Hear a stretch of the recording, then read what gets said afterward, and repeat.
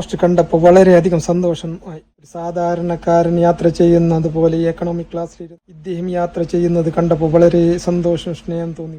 എങ്ങനെ വേണമെങ്കിൽ ജീവിക്കാനുള്ള ആസ്തിയും പണവും അധികാരവും ഉണ്ടായിട്ട് പോലും തന്നെ ഇദ്ദേഹം പാവങ്ങൾക്ക് വേണ്ടി പാവങ്ങളുടെ കൂടെ നമ്മൾ ചേർത്ത് പിടിക്കേണ്ടത്. ഭാവിയിൽ ഇന്ത്യയുടെ പ്രധാനമന്ത്രിയായി കാണാൻ വളരെ ആഗ്രഹിക്കും. ഇദ്ദേഹം ഇന്ത്യയുടെ പ്രധാനമന്ത്രിയായി വന്നാൽ പാവപ്പെട്ട ജനങ്ങൾ, സാധാരണക്കാർക്കും യുവാക്കൾക്കും വളരെ ഉപകാരമുള്ള ഒരു കാര്യമാണ്. ഇദ്ദേഹം തോറ്റുപോകാൻ പാടില്ല. ഇദ്ദേഹം തോറ്റുപോയാൽ നമ്മളാണ് തോൽക്കുന്നത്. പാവങ്ങളുടെ കൂടെ ഇറങ്ങിച്ചെന്ന് പ്രവർത്തിക്കുന്ന ഇദ്ദേഹം നമ്മൾ ഫുൾ സപ്പോർട്ട് ചെയ്യേണ്ടതുണ്ട്.